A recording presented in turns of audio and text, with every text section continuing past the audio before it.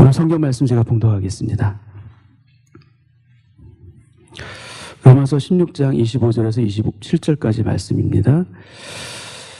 저같이 한 절씩 읽고 27절을 우리가 함께 읽도록 하겠습니다. 제가 25절을 읽겠습니다. 나의 복음과 예수 그리스도를 전파함은 영세전부터 감추어졌다가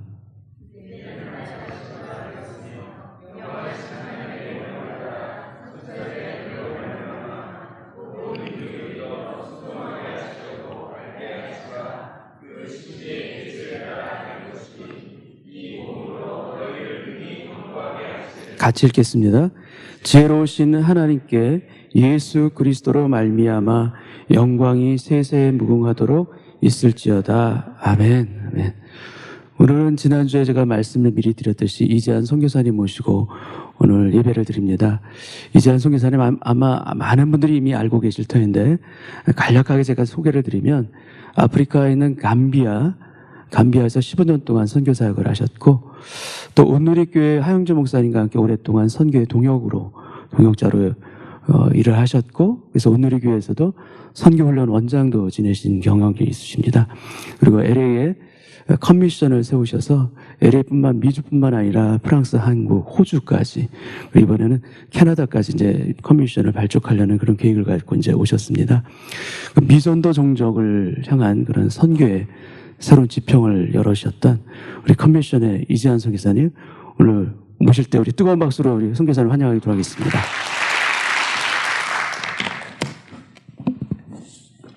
네, 박수 쳐줘서 고맙습니다. 여러분 그 책 보셨어요? 박수 칠 때 떠나라. 예, 박수 칠 때는 떠나야죠. 박수는 우리 하나님만 받으실 일인데 오늘 이렇게 귀중한 시간에 우리 장 목사님의 귀한 말씀을 들어야 되는데 이렇게 의식을 할 수 있는 기회를 주셔서 감사합니다. 저를 아시는 분들이 참 많죠. 저는 하나님께서 온 세상을 돌아다니고 말씀도 전하고 강의도 하고 선교하고 그러는 삶으로 저를 불러주셔서 저는 집을 떠날 일이 아주 많습니다. 저희 아들이 집을 떠나는 거 보고 우리 아빠는 집을 떠나려고 하는 성향이 너무 많은 분이다. 그래서 내 마음을 너무 몰라준다. 나는 집을 떠나는 순간부터 괴롭다. 이렇게 했는데 사실 많이 다닙니다. 제가 가끔 놀라는 일은 어느 음식점에 가고 식사를 하고 나왔는데 누군가가 제 밥값을 내고 나갔어요. 누군지도 모르고 밥값을 내고 갔을 때 제가 두려움이 있어요. 밥 먹는까지 누군가가 살펴보다가 돈을 내고 갔구나. 그러다 보니까 제가 도둑질은 못하고 살아요. 아는 분들이 참 많아서 제가 아프리카 알제리아에 국제회의가 있어서 갔더니 알제리아 사람이 텔레비전에서 저를 봤다고 그러더라고요. 뭐 CGN이나 다른 어떤 기독교 방송을 통해서 봤다는 거죠. 여러분들도 아마 저를 처음 본 분도 있겠지만 보면서 한 가지 여러분들은 똑같이 퀘스천이 저 수염은 왜 길렀을까?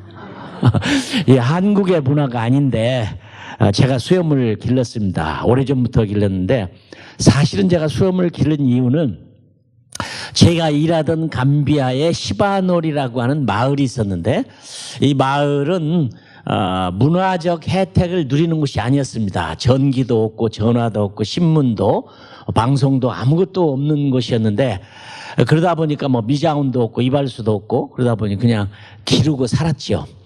근데 얼마나 감사한 것은 이슬람 국가인데요. 감비아가 그 사람들이 믿는 책이 두 권이 있는데 하나는 알꾸란과 하디스라고 하는 마호멧의 어록인데요. 그 책에 보면 이렇게 써 있어요.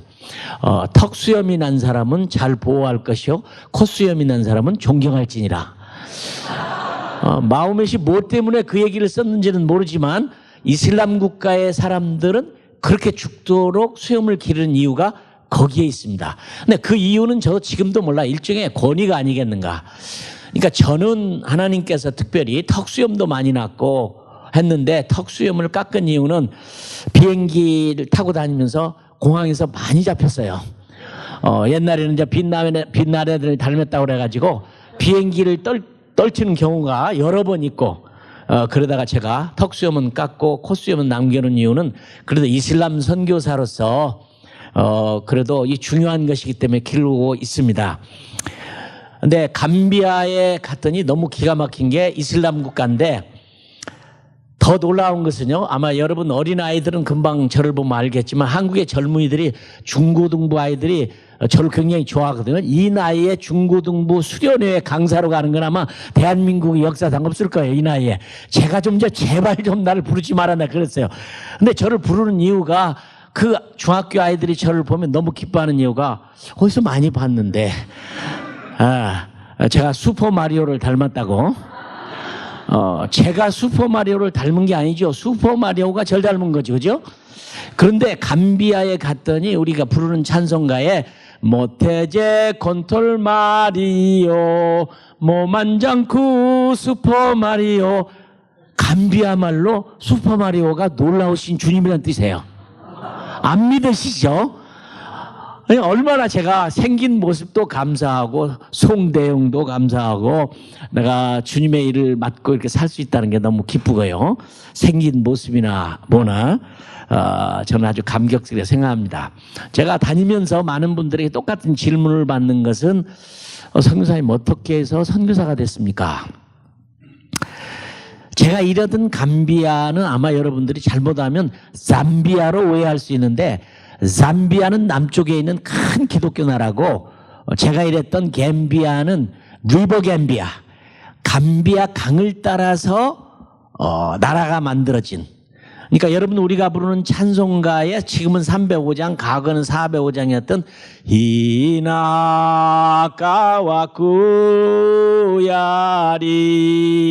구야링오 많이 들어보셨죠? 어메이징 그레이스. 그 찬송가의 작사자인 존 뉴턴이 우리 감비아 사람들을 잡아다 노예 팔아먹은 장본인입니다. 그가 노예가 됐다가 풀려나서 영국에 돌아가서 성공의 목사님이 된 다음에 작사한 노래가 405장이에요. 미국 PBS 방송에서 제가 한번 봤더니 사람들에게 노래 중에 가장 많이 불리운다 하는데 가사가 좋아서 많이 불리우느냐 멜로디가 좋아서 잘 부르느냐 그런데 두 가지가 다라고 생각이 돼요. 바로 그 존 뉴턴이 말했던 우리 감비아에, 아마 여기 연세 드신 분들은 쿤타 킨테를 기억하고 계실 거예요. 뿌리라고 하는 영화에 나오는 쿤타 킨테가 바로 우리 고향 사람이에요. 그 사람이 쓰는 말을 배워서 그 사람이 살던 동네에 가서 복음을 전하는 감비아 땅에 제가 사역을 했는데 가장 행복했고 가장 보람되고 가장 의미가 있었던 시기가 15년을 그 땅에서 보냈다는 생각이 듭니다. 근데 많은 분들은 아프리카에서 그 어려운 나라에서 사역했으니까 무슨 특별한 이유가 있었는가? 무슨 환상을 봤다든지 음성을 들었다든지 꿈을 꿨다든지 주님을 만났다든지 뭐 그런 일이 있어서 아프리카 간 거 아니냐? 전혀 저는 그런 일이 없었어요. 선교에 부름받아 갔던 특별한 이유는 제가 유치부 때부터 저는 교회를 다녔는데 유치부 때 이제 우리가 크리스마스가 됐을 때 연극도 하고 노래를 부르죠. 그 노래 가운데 여러분 기억해요? 단일종이 땡땡땡 은은하게 들린다 저 깊고 깊은 산골 오막살이에도 단일종이 울린다. 이게 제가 선교의 씨앗이 됐습니다. 어린 마음에 하나님이 육신이 돼서 이 땅에 오셔서 우리를 위하여 십자가에 죽으신 그 예수님이 오신 성탄절이다. 근데 제 어린 마음에 그 찬송을 크리스마스 때 앞에 나가서 부르면서 맞다. 이 단일종은 예수님이 태어난 이 얘기는 저 바닷가에 사는 어부들에게도 저 산에 사는 사람들에게도 증거가 돼야 된다. 어린 마음에 당연히 그 마음이 들어왔어요. 그리고 또 하나는 운명적으로 저희 어머님은 예수를 믿으면서 교회 가면서 말씀을 들었는데 초태생은 하나님 거다. 근데 제가 쳐다드립니다. 그러니까 묻지도 않고 하나님 우리 아들을 선교사 만들어주세요. 그렇게 기도를 한 거예요. 제가 부산에서 목사가 됐는데 목사 안수를 받고 왔는데 저희 어머님이 야 나도 선교사 되라고 기도했자. 나 그때 실망이 얼마나 컸는지 몰라요. 내가 목사까지 그렇게 안 되려고는 목사도 많은 우여곡절 가운데 목사가 됐는데 선교사까지 돼야 되냐. 근데 지금은 그렇게 기도해 준 제 어머니가 세상에 최고야. 너무 고마워요. 저를 선교사들로 기도했던 제 어머니가. 그것이 운명적으로 선교를 갈 수 있게 만들었고, 그리고 뿌리라는 영화가 소설이 결국은 저를 아프리카 감비아에 갔고, 제가 스위스 여자 선교사님을 만나서 그분이 감비아에 당신 같은 사람이 필요하니까 와주세요 라고 하는 요청 때문에 감비아를 갔는데 정말 행복했어요. 제가 아마 다른 나라를 먼저 가봤으면 감비아를 안 갈지 모르지만 가서 보니까 없어도 이렇게 없는 나라가 지구상에 있는지. 여러분, 전국에 신호등이 하나도 없는 나라, 감비아에 있습니다. 아무것도 없었어요. 저희 아내가 첫 아이를 갖고 어느 날 그래요. 아, 여보, 수박 한번 먹어봤으면 좋겠다. 아니, 이 세상에 수박이 없는 나라가 있었다는 게 나 그때 처음 알았어요. 근데 그런 나라를 보내준 하나님이 저는 그렇게 고마워요. 그런데 제가 감비아에서 더 중요했던 것은 어릴 때의 마음, 신학교를 다니면서도 선교학을 선택으로 선교해서 공부를 해서 참 선교의 그 비밀을 몰랐는데 감비아에서 살아가는 동안에 정말 깊은 하나님의 말씀을 알게 된 거예요. 오늘 제목이 그래서 선교의 수수께끼입니다. 선교는 수수께끼다.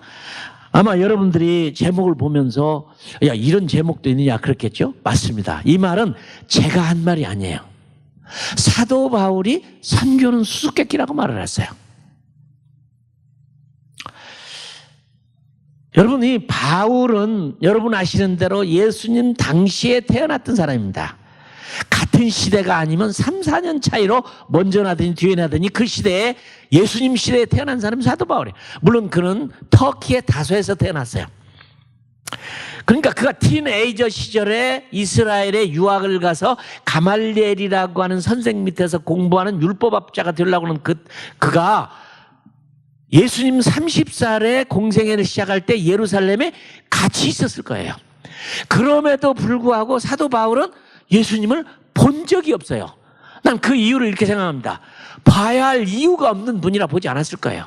옆집에 와서 설교를 했어도 안 갔을 거예요. 이해가 돼요. 뭐 문선명 씨가 우리 집에 없어서 설교한다고 내가 가겠습니까? 안 가지요. 오병이의 사건, 칠병사의 사건, 이스라엘 땅에 기적의 떡 부스러기를 안 먹어본 사람은 거의 없었을 거예요. 그러나 사도 바울만큼은 그런 경험도 없었다고. 그런 그가 어떻게 주님을 만나고 고린도전서 4장 9절 이하에 보면 자기가 선교 사역하는데 하나님이 자기를 어떻게 대우하는가 표현을 이렇게 했어요. 역사의 미말에 사도인 우리를 죽이기로 작정한 자같이 미말해 두셨으며 줄이고 목마르고 헐벗고 매맞으며 정처가 없고 40에서 감한 말을 5차례 그러면 195입니다. 난 여기 계신 분 195대의 곤장을 맞고도 예수 부인 안 할지 모르겠어요. 5차례를 맞고 배가 파선하여 일주야를 기품에서 보냈고 마음의 사형 선고를 내려서 세상에 찢기같이 되었는데 아마 이 땅에 여러분 고생을 많이 했다고 해도 이 많은 바울만큼의 고생은 아무도 안 했을 거예요. 6.25를 경험하신 분들도 바울과는 비교가 안 될 거예요. 그런데 이 바울이 성경을 읽어보면 13권 성경 가운데 한 번도 후회하거나 괴로워하거나 포기하거나 안 하겠다는 말이 한 것도 없어요. 난 여기에 의구심을 가졌어요. 무엇이 이 사람을 이렇게 강하게 만들었을까요? 여러분, 우리가 똑같이 신앙생활을 해서 오늘 주일을 기억해서 예배로 오신 여러분들, 똑같은 고민은 기왕이면 믿을 것 잘 믿어보자. 그러지 않습니까? 11조도 내고 감사한금 내고 철야도 하고 금식도 하고 기왕이면 믿을 것 잘 믿어보자는 게 우리 똑같이 가지는 고민입니다. 그렇죠? 연약하든 약하든 잘 믿어보려고 노력했으면 오늘 시간을 지켜 여러분 오신 거예요. 그런데 어떻게 사도 바울은 이 무시무시한 상황 가운데에서도 변함이 없이 이런 믿음을 가질 수가 있었을까?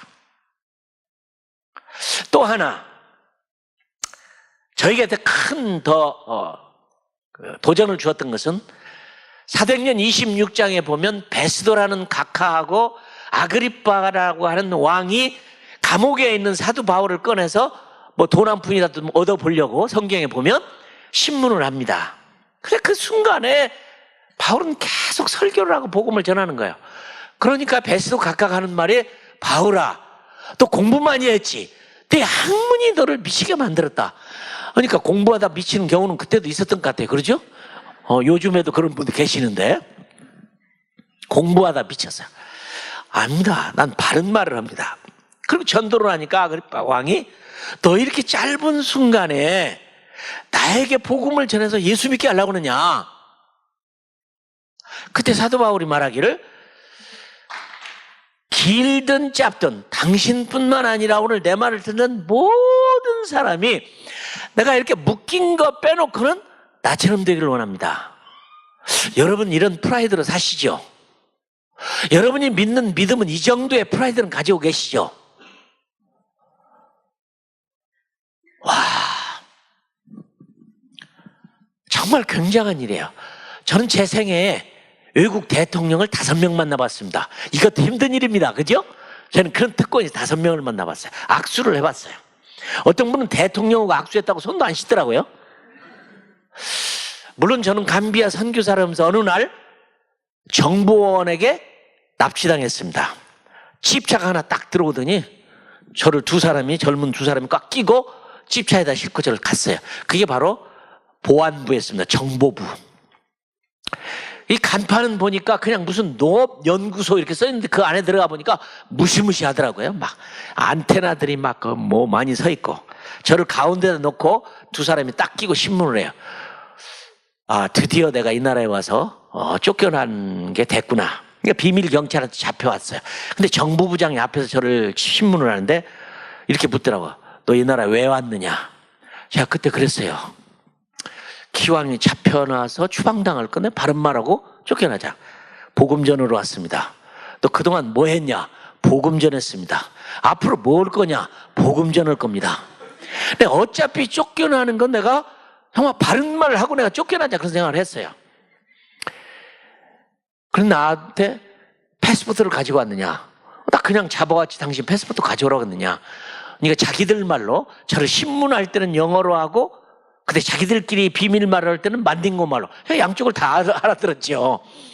야, 패스포트 가져온 다음에 신문하자. 근데 두 사람이 가고 정보부장만 두 사람이 딱 앉아있는데 이재환 선교사님, 난 당신이 누군 줄 압니다. 걱정하지 마시오. 당신을 쫓아내려고 하는 사람은 이 나라의 중요한 누군데 그 사람이 문제입니다. 난 당신을 잘 압니다. 걱정하지 마시오. 그래서 명함을 주면서 당신 괴롭히는 사람이 있으면 이리 전화하시오. 그 대신에 한 가지 부탁이 있는데 나한테 성경 한 권만 갖다 주시오. 아, 내가 평생 잊을 수가 없어요. 제가 거기에서 살아나기 위해서 변명하고 딴짓했으면 부끄러운 사람 됐을 거예요. 저희 아내는 제가 잡혀가는 거 보고 이제 감비아 축출이구나 생각을 했어요. 그보다 더한 일 많았어요. 그보다 더한 일 많았어요. 물론 저는 거기에 비하면 아무것도 아니지만 아그리빠 왕 앞에서 내가 쇠사슬로 묶인 거 빼놓고는 당신도 나처럼 되기를 원한다. 난 이게 예수 믿는 자존심이라고 생각합니다. 아닐까요? 난 여러분들을 잘 몰라요. 이 땅에 사시면서 나는 이런 멋진 그저 구원이 아직도 그냥 출퇴근해가지고 왔다 갔다 해서 어느 때는 구원 받은 것 같고 어느 때는 안 받은 것 같은 여러분이 계실지도 모르겠지만 아니죠. 하나님이 시퍼렇게 살아계신 그 하나님을 믿는 우리의 믿음은 적어도 사도 바울의 이런 고백이어야 되는데 우리는 너무 약해요. 그렇죠? 현실과 신앙사에서 우리는 왔다 갔다 하면서 팔아먹을 때도 참 많죠. 근데 무엇이 이 사도 바울을 이렇게 멋지고 강하고 담대한 이런 프라이드가 있는 멋진 복음 전도자를 만들었을까요? 저도 고민이죠. 근데 오늘 본문 말씀해 보니까 놀라운 얘기를 해요. 이렇게 말을 합니다. 나의 복음과 예수 그리스도를 전파함은 영세 전부터 감추어졌다. 이제는 나타나신 바 되었으며 모든 선지자들의 글로 말미암아 모든 민족이 믿어 구원을 얻게 하려는 그 신비의 계시를 따라 된 것이니. 여러분, 이 말씀을 가만히 묵상해 보면 신기한 문장이에요. 자기가 전하는 예수, 자기가 전파하는 이 삶은 영세전부터 숨겨 있었다는 거예요. 그리고 이제는 나타나신 바 됐다는 거예요. 그러니까 이분은 영세전부터 숨겨져 있던 그 비밀을 알게 되는 축복이 있었다는 거죠. 오늘 여기 오신 분들도 믿는 이유는 바로 그 숨겨진 비밀을 알게 된 거죠. 근데 이 선교가 숨겨져 있었다. 맞는 말 같아요. 똑같이 예수 믿고 똑같이 신학교에서 똑같이 공부하고 똑같이 졸업장을 받은 동료들이 누구는 선교사로 가고 그 힘든 선교의 길을 가고 누구는 안 가고, 뭐가 차일까? 저는 여러분들 걱정하지 마세요. 난 여러분들이 모두가 다 선교사로 가고 뭐 선교 일하라고 하는 그런 말은 아닙니다. 그러나 나는 적어도 선교가 무엇인지는 알아야 되지 않겠느냐. 맞죠? 안 해도 좋아요. 근데 오늘 사도 바울은 로마서를 기록하면서, 로마서는 기독교의 대전이라고 불리는 책입니다. 로마서 하나만 가지고도 기독교가 존립을 할 수 있을 만큼의 모든 진리가 다 숨겨져 있는 게 로마서예요. 근데 그 마지막에 결론을 내리는데 그 결론이 선교라는 결론을 내리는 거죠. 모든 민족으로 믿어 순종케 하시려고는 그 신비의 계시를 따라 전에는 숨겨져 있으나 이때는 나타나신 바 됐다. 난 오늘 여러분들 눈이 열렸으면 좋겠어요. 열렸으면 참 좋겠어요.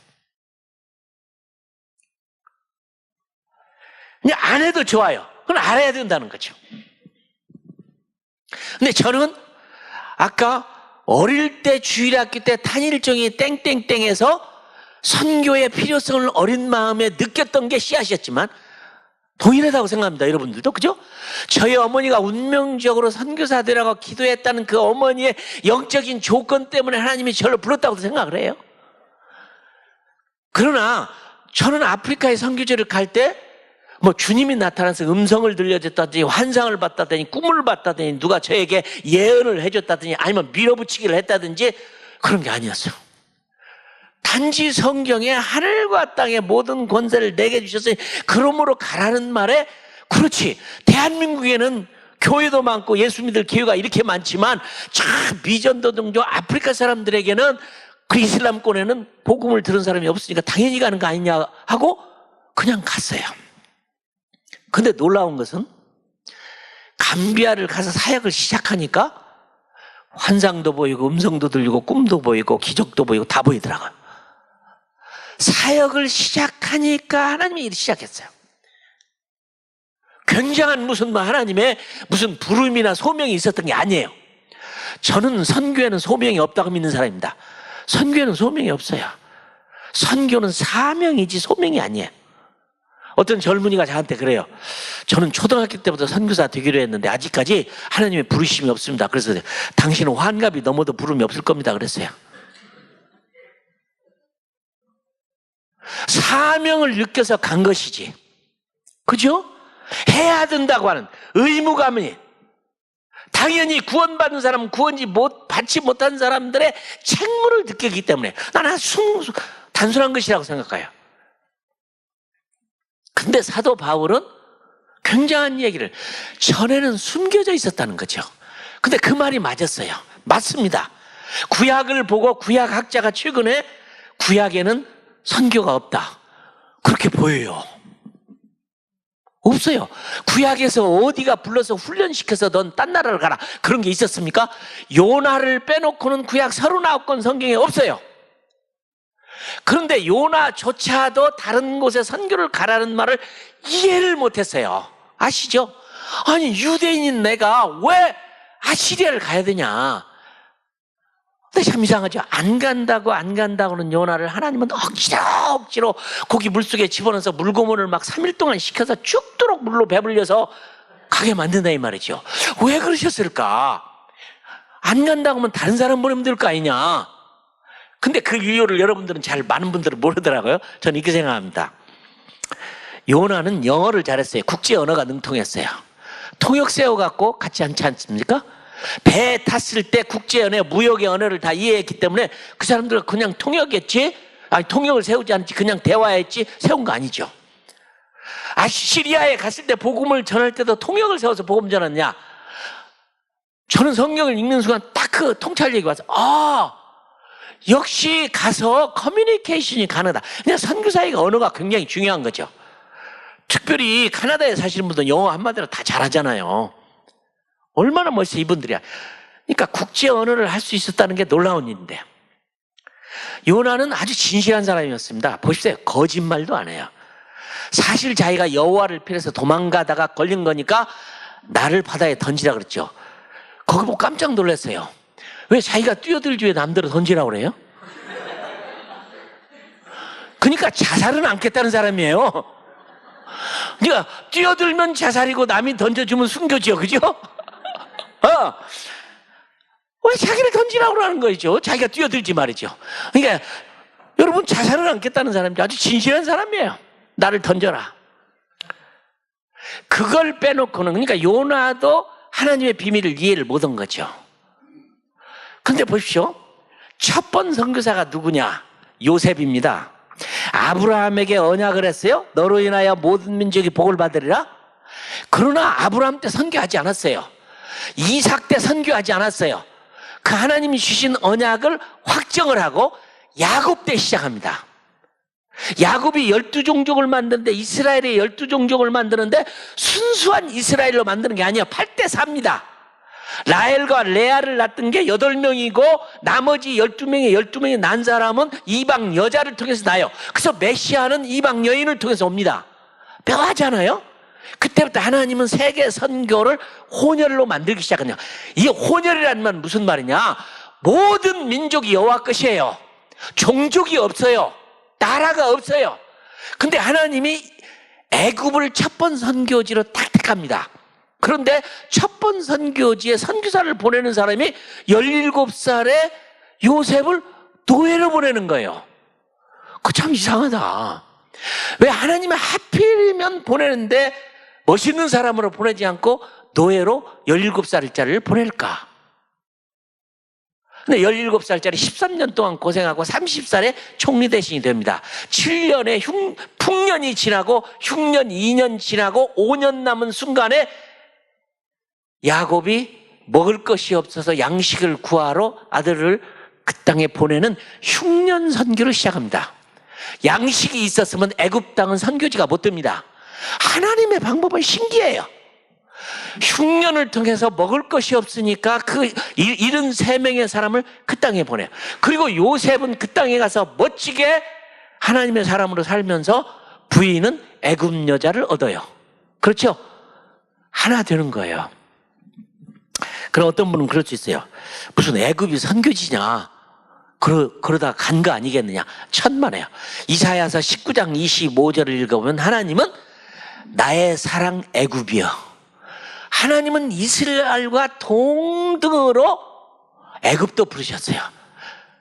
시리아를 동등하게 애굽처럼 이스라엘처럼 불러서 구약에는 세 개의 나라가 완벽한 선교의 대상으로 모델이 되는 겁니다. 모델이 돼요. 애굽이 그냥 우물쭈물에서 간 게 아니에요. 그냥 형님들이 나중에 요셉이 자기인 것을 깨달았을 때, 형님들, 당신 나 팔아먹었다고 길티 느끼지 마세요. 죄 느끼지 마시고 이 일은 하나님께서 하신 일입니다. 그렇게 위로를 합니다. 맞죠? 근데 야곱은 절대로 가나안 복지를 떠난 사람이 아닙니다. 막벨라 굴에 묻히기를 원하는 하나님의 약속의 땅인데 가는 이유는 죽었다던 짐승이 찢어서 죽였다는 그 요셉이 살아있어서 총리가 됐다는 말에 그 상황을 생각해 보세요. 우리말 성경은 그렇게 안 되는데 히브리의 성경을 문자적으로 번역하면 그 얘기를 들을 때 야곱은 뭐라고 하냐면 마음의 기절이 일어났다고 그랬어요. 마음의 기절이 일어났어요. 야, 그 내 11번째 아들이 살아있다니, 그가 나를 기다리고 있다니, 나를 태워가려고 저렇게 멋진 마차가 와 있다니. 그러나 고민이 생겼어요. 약속의 땅을 떠나지 말라고 했는데. 그래서 그는 하나님께 기도를 하고 묻습니다. 그런데 하나님이 가라고 말하는 거예요. 애굽 땅에서 너희 나라를 만들리라. 하나님의 선교의 방법이 묘하지 않습니까?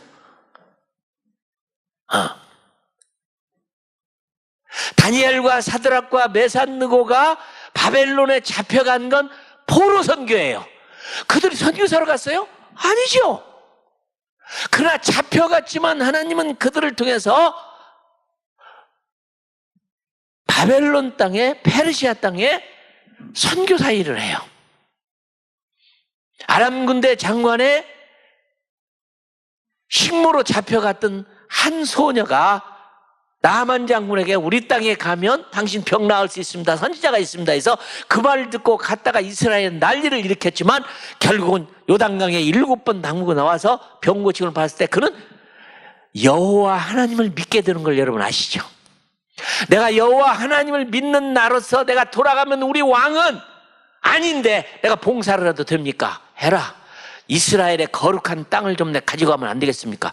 그는 변해서 가는 거예요.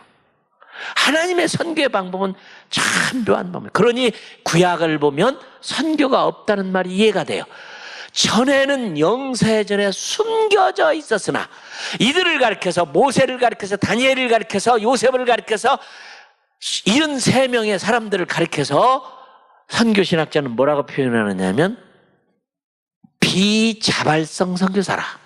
하나님은 묘한 방법으로 선교의 역사를 보여주고 이스라엘을 선교의 국가로 만들었지만 그 이스라엘은 선교의 책무를 다하지 못함으로 말미암아 하나님께 버림받아요.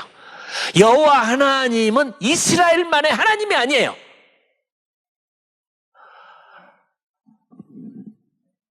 바울을 통해서 로마서 가운데는 여호와 하나님이 이스라엘만의 하나님이나 아니라 아브라함이 유대인만의 조상이냐? 아니라 우리의 조상이라. 여러분, 한 나라만의 신은 가짜입니다. 그런 신은 없어요. 대한민국만을 수로하는 한국신이 있다. 그런 거 없습니다. 그건 하나님이 아니에요. 일본만을 수호하는 신이 있다. 그런 신이 세상에 없어요. 하나님은 우주 만물을 지으시고 통치하시는 분이지. 이스라엘은 버려버렸죠. 그럼 이스라엘에게 주었던 선지자 국가의 제사장 나라라는 이스라엘은 선교사 국가인데 선교사 국가를 하나님이 그 책무를 누구에게 주었느냐면 교회에게 주었어요.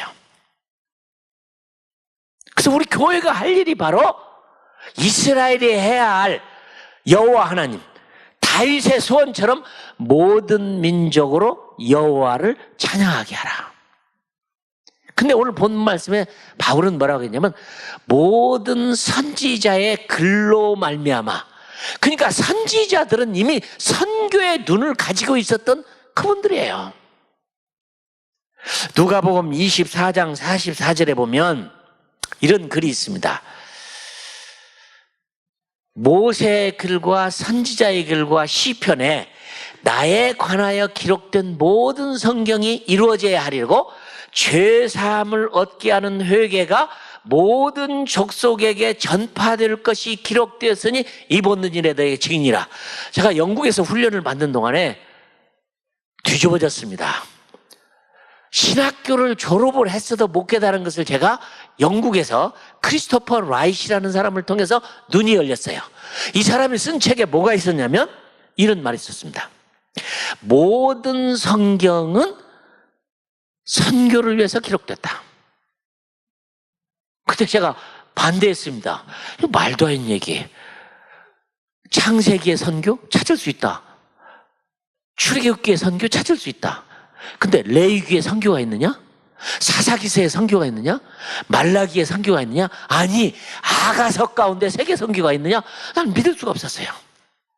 그러면 누가복음 24장 44절 48절은 죄사함을 얻게 하는 회개가 모든 족속에게 전파될 것이 기록되었으니 이 모든 일에 너희가 증인이라. 그러면 창세기, 출애굽기, 레위기, 미시기, 신명기에 선교가 써 있고, 욥기, 시편, 잠언, 전도, 아가서에 선교가 써 있고, 말라기까지 모든 선지자의 글에 선교를 말하고 있다면 사실인가? 그리고 제가 성경을 다시 읽기 시작했어요. 누가복음 24장은 예수님이 너무 확대해서 말씀을 했거나 아니면 너무 지나치게 과장된 표현이 아니겠느냐. 근데 성경은 그럴 수가 없죠, 사실이라면. 그리고 성경을 읽기 시작하는데 크리스토퍼 라이시 이런 말을 했습니다. 성경이 선교를 말하는 것이 아니라 선교 때문에 성경이 기록됐다. 굉장히 좋은 발상이지만 잘못하면 위험한 말이기도 해요. 선교를 성경이 말하고 있는 게 아니라 선교 때문에 성경이 기록됐다. 그리고 성경을 보는 순간에 제 눈이 열렸어요. 저는 창세기 12장, 사도행전 1장 8절, 마태복음 28장 19절, 마가복음 16장, 이것이 선교의 전부인 줄 알았어요. 신학교에서도 못 뵀던 눈이 열렸어요. 사도 바울이 선지자들의 글로 말미암아 라고 하는 말이 이해가 되기 시작했어요. 여러분이 이 비밀을 모르기를 원치 아니하노니 이 비밀이라는 단어가 영어로는 미스테리입니다. 헬란말로는 무스테리온이라고 말합니다. 근데 별로 쓰지 않는 단어입니다. 우리 일상생활에 뭐 미스테리 얘기 많이 합니까? 근데 성경에 수수께끼라는 이 단어, 비밀이라는 말은 단어, 신비라고 말하는 이 단어, 은밀함이라고 말하는 이 단어, 무스테리온이라는 단어를 예수님은 한 번밖에 사용을 안 해요. 어느 때 얘기냐? 천국 얘기할 때요. 천국을 사도 바울은 사람의 말로 형언할 수 없는 그랬어요. 사실 천국이라는 것이 책으로 쓰여져 인간의 말로 하면 저는 가고 싶은 분 없어요. 혹시 천국 갔다 오신 분이 말로 안 돼. 글을 쓸 수가 없어. 내가 그런 분의 책은 사서 읽어보겠어요. 도저히 본 천국을 글로 표현할 수 없다면 그게 성경적이에요. 우리가 가야 할 하나님의 나라는 이런 놀라운 것이에요. 나는 여러분이 그런 느낌이 있는지 모르겠어요. 사도 바울도 인간의 말로 형언할 수 없는 곳이라고 그랬어요. 근데 이걸 천국을 마음대로 쓴다. 근데 예수님도 천국을 얘기할 때는 무스테리온이란 미스테리라는 단어를 한 번 사용했어요.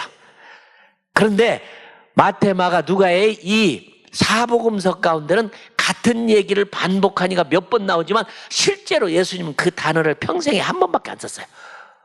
할렐루야. 이런 아름다운 천국입니다. 이게 비밀이라는 거예요. 신비함이라는 거예요. 그런데 이 사도 바울은 요 선교란, 내가 이 비밀을 깨달은 것은 로마서 11장 25절은 똑똑하고 훌륭하고 지혜로운 여러분이 이 비밀을 모르기를 원치 아니하느니, 이 수수께끼를 모르기를 원치 아니하느니, 이 수수께끼는 이방인의 충만한 숫자가 차기까지 이스라엘에 들어는 완악한 것이라. 에베소서 3장 1절에서 9절까지 보면 내가 이 수수께끼를 많이 깨달은 것을 여러분 알거니와, 이 수수께끼는 이방인이나 유대인이나 함께 지체된 자여, 함께 약속에 참여한 자여, 함께 유업을 물을 바다. 그러니까 이 사도 바울은 무스테리온이라는 단어를 성경 가운데 혼자 20번 이상을 써요. 그러니까 미스테리한 사람이에요, 사도 바울은. 그러니까 아그리빠 왕 앞에서도 내가 이게 묶인 것 외에는 나처럼 되기를 바라라고 하는 이 놀라운 확신이 어디서 왔느냐면, 갈라디아서 1장 11절에 보면 내가 전하는 이 복음은 물려받은 것도 아니요 배운 것도 아니라 예수 그리스도의 계시로 말미암아. 그러니까 예수님을 한 번도 본 적이 없는 사도 바울은 아라비아 광야 3년이 됐든 어떤 3년이 됐든 간에 그때 주님으로부터 직접 계시를 받은 게 로마서고, 그게 바로 열쇠고는 성경이란 말이죠. 사도 이 바울은 다른 사도들하고 함께 지낸 것이라는 건 베드로와 야고보하고 예루살렘에서 15일을 함께 보낸 것 외에는 전혀 없는 사람이에요. 근데 13권에 기록할 만큼의 그 비밀을 어떻게 깨달았느냐? 예수 그리스도의 계시로 말미암아.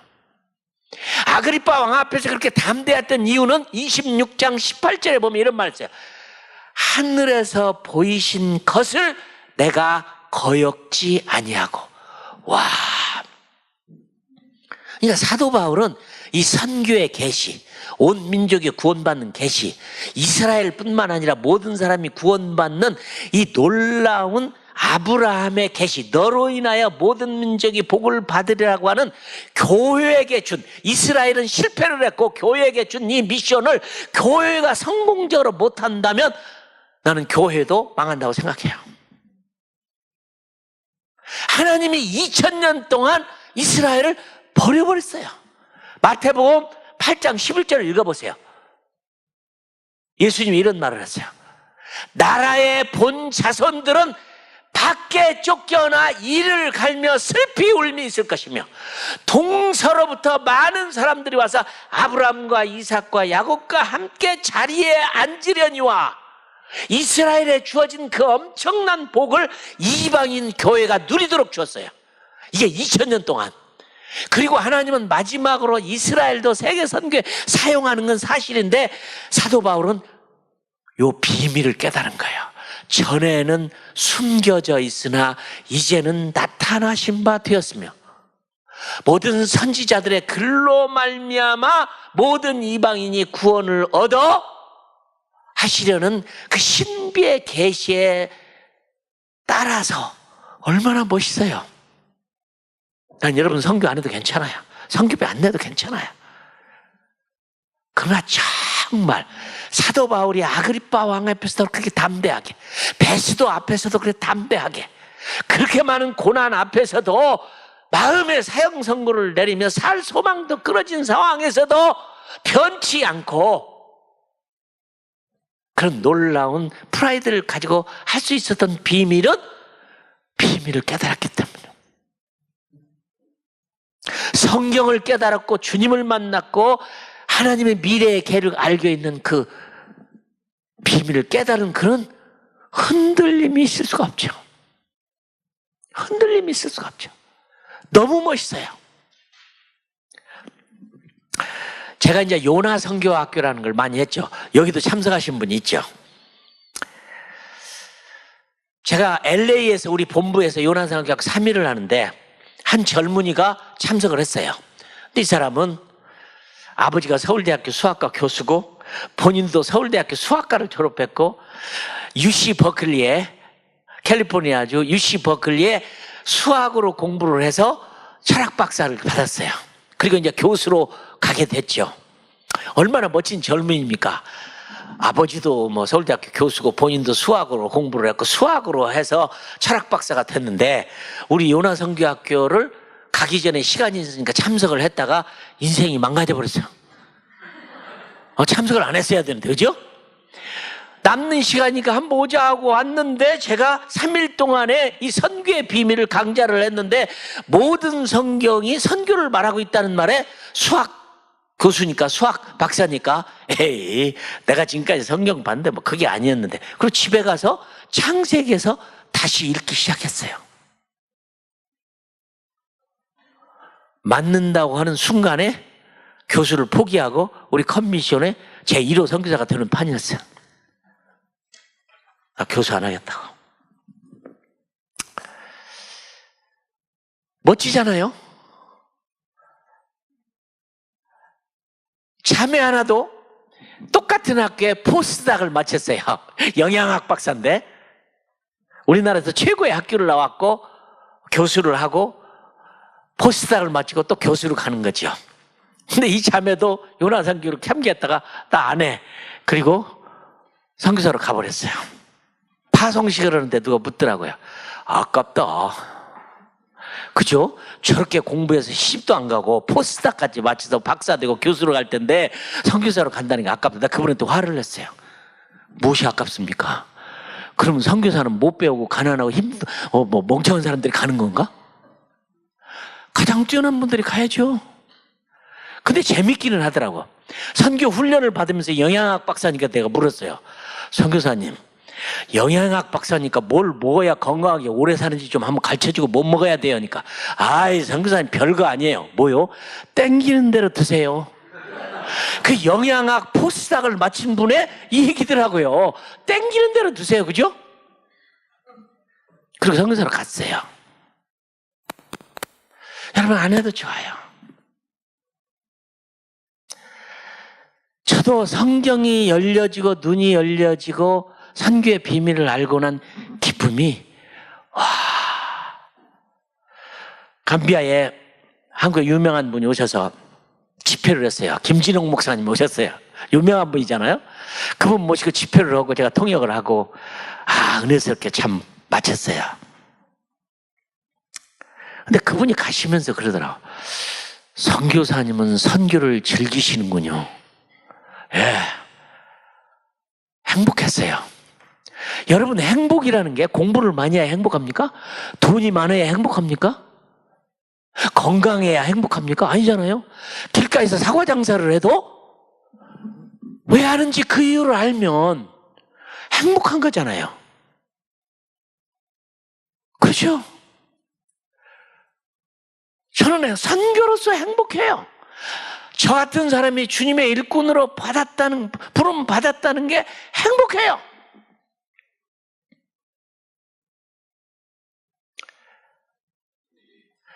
이 주님의 뜻을 알고 성경이 말하고 있는 비밀을 깨달았다는 게. 이 무스테리온이라는 단어가 재밌습니다. 이 미스테리라는 단어가 우리 한국 사람들이 가지고 있는 미스테리는 뭔 줄 아세요? 전두환 대통령이 돈 어디다 훔쳐놨을까? 이게 전 국민의 미스테리지만 아직까지도 몰라요. 그죠? 이런 걸 미스테리라고 하거든요. 그러나 성경이 말하는 미스테리는 그게 아니에요. 깊고 깊은 진리를 말할 때 무스테리온이라고 그래요. 근데 이걸 누가 깨달았냐? 어디에 비유를 했냐면 구약 성경 다니엘서에 보면 무스테리온이라는 이 미스테리라는 단어를 구약 성경 39 가운데 모세도 쓴 일이 없어요. 사무엘도 쓴 일이 없어요. 에스겔도 쓴 일이 없어요. 어떤 선지자도 쓴 일이 없어요. 다니엘 딱 혼자. 다니엘서 2장을 집에 가보세요. 느부갓네살 왕이 꿈을 꿨어요. 그렇죠? 너무 생생한 꿈을 꿨어요. 그래서 자기가 밥 먹이 키우는 공무원들, 똑똑하다고 뛰어난 박사들을 다 불러놓고 내가 꿈을 꿨다. 해몽해라. 왕이시여 말씀만 하시면 제가 해명을 할 겁니다. 느부갓네살이 똑똑하신 분이야. 이 나쁜 놈들을 뭐라고 하면 아무렇게나 해망해갖고 먹고 살라고 그러지. 너희놈도 내 봉급 받고 지금까지 살았는데 내가 꾼 꿈도 몰라? 말 않겠어. 꾼 꿈을 말하고 해몽을 해라. 그건 신이나 하지 우리 못합니다. 그러니까 이놈들 봐라. 너희들 내 밥 먹인 게 후회가 된다. 아리옥이라는 사람 불러서 이놈들 몽땅 다 목 잘라버리라. 그래서 그날 전부 사형당하게 됐죠. 그게 여러분 다니엘 스토리 아닙니까? 근데 그 중에 사형자 가운데 다니엘도 껴있단 말이죠. 다니엘이 아리옥에게 나 왕 좀 만나게 해줘라. 너무 급하게 서든다. 그래서 왕한테 갔어요. 왕이여 너무 서두르지 마세요. 하룻밤만 주시면 내가 우리 하나님께 물어서 이 은밀한 것을 아시는 은밀한 하나님께 은밀함을 받아서 이 은밀한 사건을 말씀드리겠습니다. 그래서 그 말을 듣고 참았어요. 그날 친구들과 다 얘기하고 다니엘이 그날 밤에 그 꿈을 해몽을 받았죠. 그리고 가서 제가 똑똑해서 얘기한 게 아닙니다. 은밀한 것을 아시는 은밀한 중에 은밀한 것을 계획하신 은밀한 하나님께 나에게 은밀한 것을 깨닫게 하셔서 왕이 꾸신 그 은밀한 사건은 이 은밀함이 이런 사건입니다. 딱 설명했죠. 그 은밀함이라는 단어가 무수히 나와요. 그게 바로 무스테리온, 미스테리라는 단어예요. 아무도 알 수 없는 하나님만이 알 수 있는 다니엘만 깨달았던 그 하나님의 비밀, 그 은밀함이란 단어를 무스테리온이라는 단어를 사도 바울은 20번 이상 사용해요. 얼마나 멋져요.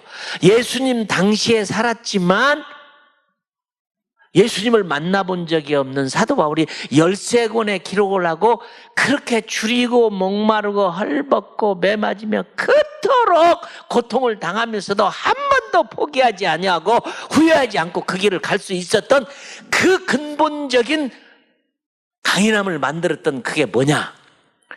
그 은밀하게 주님으로부터 직접 받은 계시로 말미암아. 이게 선교를 통해서 완성하는 하나님의 나라예요. 여러분, 내가 예수 믿고 구원받은 것에 감격만 가지고 살아야 될까요? 아니면 받은 감격을 남에게 나누면서부터 살아야 될까요? 과연 선교사가 되는 것이 특별한 은사가 있고 꿈이 있고 환상이 있고 음성을 들은 사람만이 되는 걸까요? 아니죠. 선교는 콜링이 아니에요. 소명이 아니에요. 선교는 사명이죠.